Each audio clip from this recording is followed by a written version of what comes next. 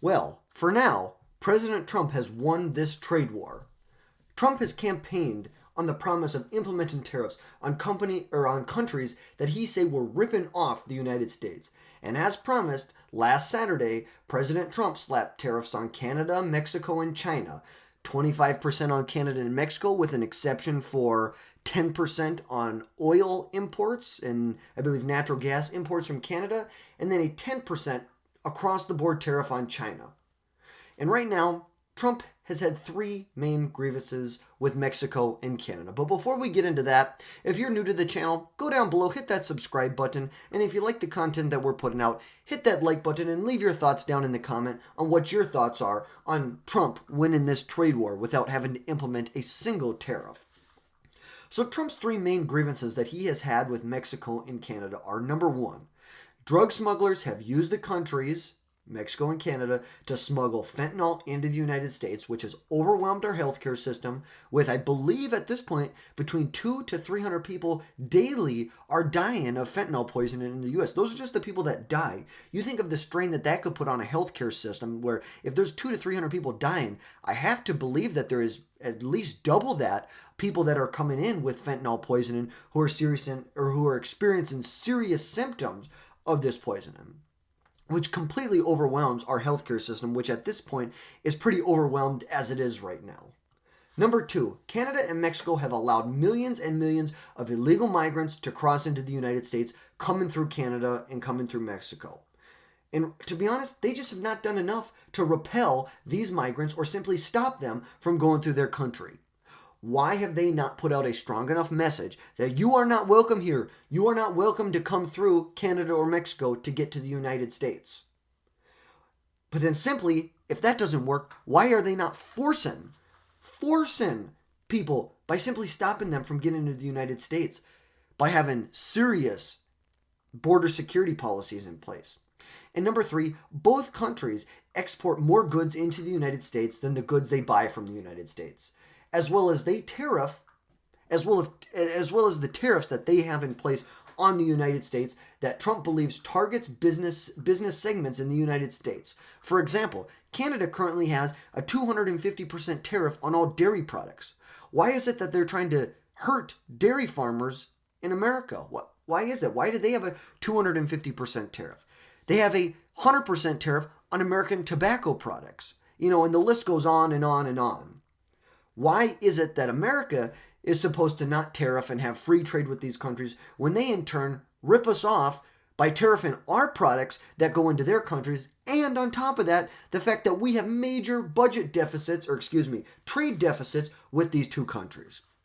So that's what Trump has to say about Mexico and Canada. And when it comes to China, it really comes down to two things: the production of fentanyl that China has allowed to happen in China that is then smuggled out of China, and maybe are there certain people in China who maybe are okay with this, who maybe they don't have to smuggle it out of China to get into Canada or Mexico to then come into the United States. Maybe China likes that they're disrupting us because ultimately they want to be the next global superpower. They want to be the top dogs. How can they infiltrate? They've already infiltrated the young people in America through TikTok and pushing radical leftist gender ideologies that for some reason our stupid Democrat politicians have jumped on with.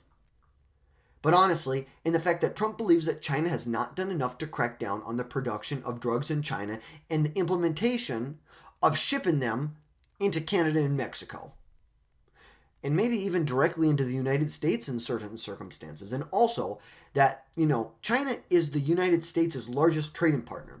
Yet we have one of the largest trade deficits. I believe it is the largest trade deficit with any country that tops almost $300 billion in 2023 alone, annually.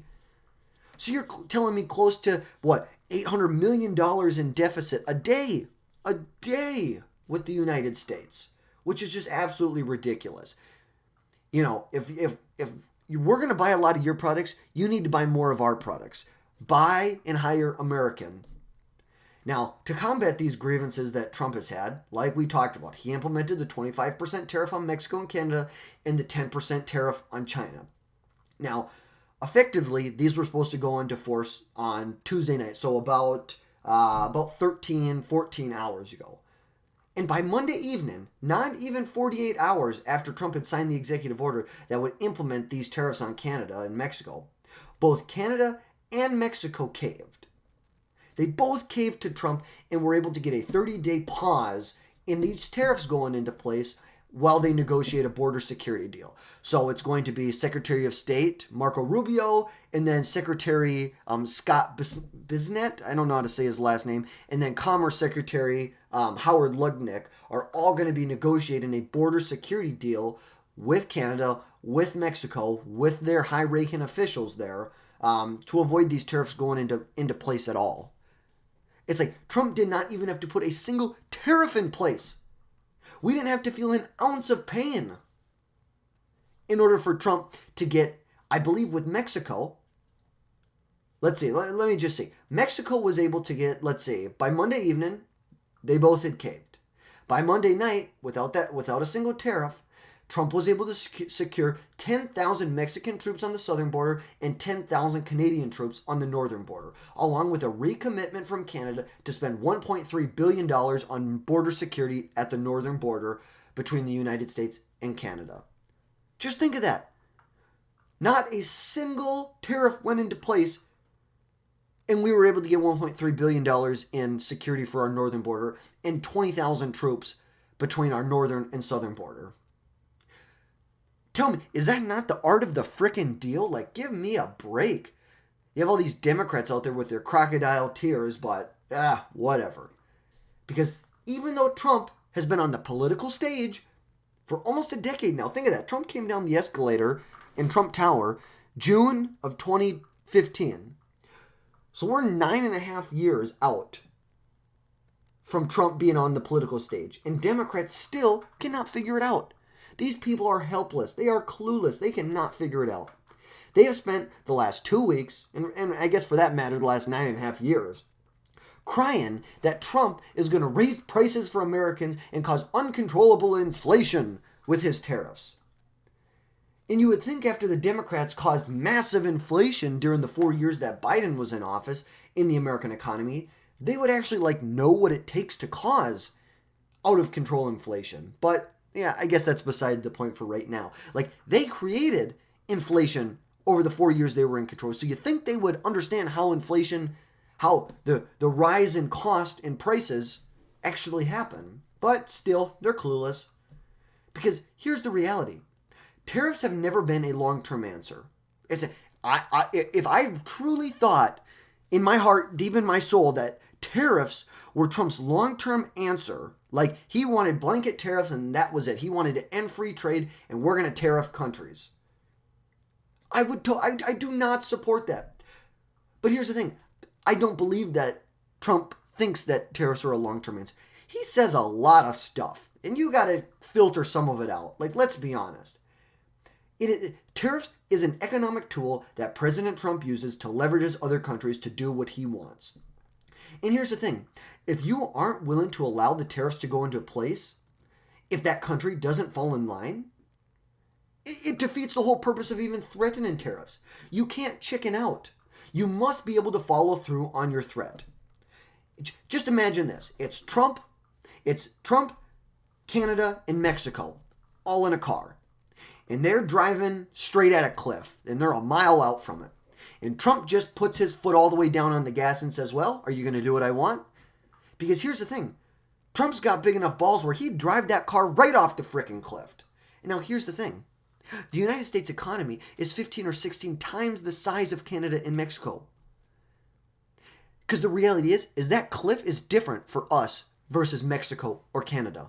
The cliff for Mexico or Canada is pretty freaking big. It could be detrimental to their economy. It could set them back a decade economically. But for the United States, the cliff is much, much smaller. Could we see a little bit of pain? Absolutely. But you have to be willing to follow through on your threats. If you're going to threaten Canada or Mexico and then you don't follow through on it, they're never going to take you seriously again. You will lose the fact that people take Trump seriously. Because all of that leverage that's created by tariffs is gone. You can't chicken out. And that's where Trump's got big enough balls where he's not afraid to do that. He's not going to chicken out, and he's not afraid to drive that car right off the cliff and absolutely obliterate Mexico and Canada because they won't fall in line. And it's not like we're asking them to self-sabotage. It's not like we're asking them to completely upend what they're doing.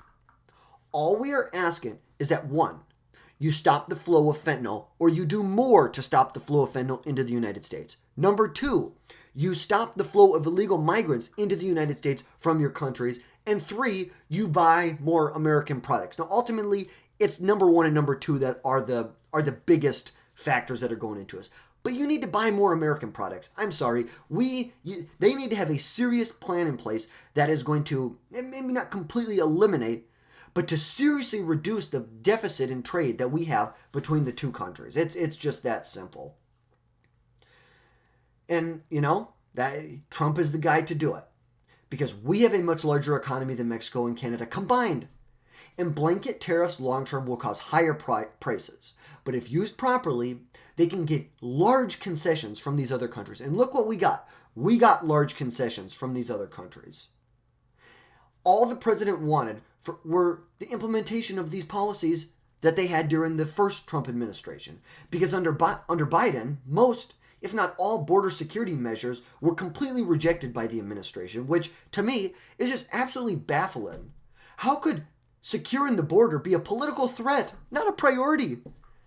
How could the Democrats look at the border and say, securing that is going to be more of a political threat to us than it will be a priority?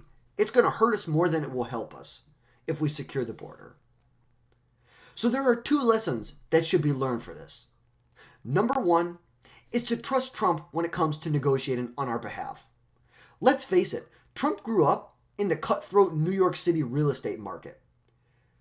This is where Trump learned and used his negotiating tactics to build a multi-billion-dollar real estate empire. He had major setbacks, and every time he came back, every time he was able to negotiate himself out of any situation that he got himself into. And number two, the second lesson that needs to be learned is for all of my conservative, independent, and Democrat friends, ignore the predictable, manufactured outrage from Democrats in the legacy media.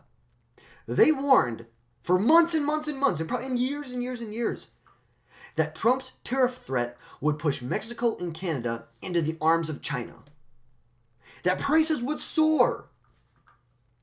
But also remember, they claim that China would now be in control of Mexico and that prices would soar. So far, we've got a temporary deal as of right now that Mexico and Canada are not in the arms of China, and not a single tariff on the two countries have gone into effect.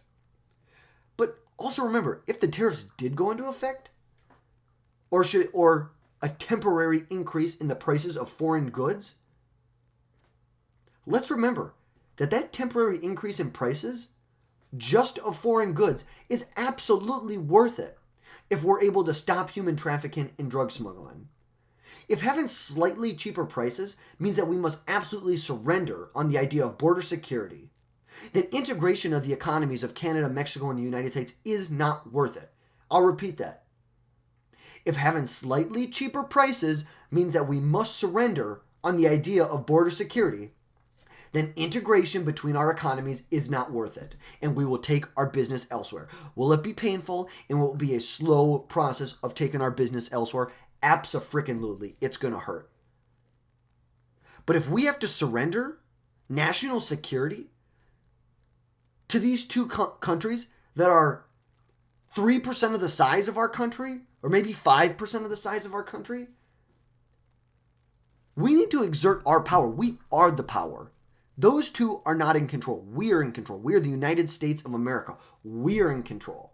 And we will take our business elsewhere. And just a little friendly reminder to all my left-leaning friends. Remember, you may dislike Trump, but at the end of the day, for the next 4 years, he is the captain of our ship, whether you like it or not. And rooting for our ship that we are all on to sink is not only preposterous, but it is un-American. You need to look in the mirror at yourself. What are you really afraid of? Are you afraid of higher prices to to in turn secure our border and stop drug trafficking and sex trafficking across our borders? Or are you really afraid of the fact that President Trump's policies work? And this political movement, this isn't going to go away in 4 years. This political movement is here to stay. I look at the bench that the GOP has. I think we have a great bench. We have J.D. Vance, absolutely wonderful. We have Governor Ron DeSantis, absolutely wonderful. I think either of those two candidates will fare very well in the 2028 election, considering most likely they're not going to pass this constitutional amendment to allow Trump to run again. I don't think it's going to happen, and I don't think it should happen. We need to move on from Trump. And, some people who, there was a recent poll that showed that Don Jr. was polling at like 21%. The reality is these polls are just to get people's names out there. When we get to after the midterms, we're going to get serious, and Don Jr.'s name's going to be nowhere near it. I really have a hard time believing that. But the reality is that this political movement is here to stay. The political movement that is not going to allow Americans in the United States to be pushed around by countries that are 5% of the size of our country, it's here to stay. We are here to stay. We are not going to allow that to happen anymore. It's just that simple. And you can either accept that reality now and go along with it, or you're going to be forced to accept that reality when J.D. Vance or Ron DeSantis becomes our next president in 2028. So obviously, this is a story that's going to play out over the next 4 weeks. We're going to see what happens with these tariff pauses. Are the United States, Canada, and Mexico able to come to an agreement on border security? Obviously, we've got some big concessions right off the bat right now. But we're going to see what are the potential impacts on the U.S. economy right now. But hey, don't forget to like, subscribe, hit that notification bell down below to stay informed on this and many other important topics. And for now, thanks for watching, and we'll see you next time.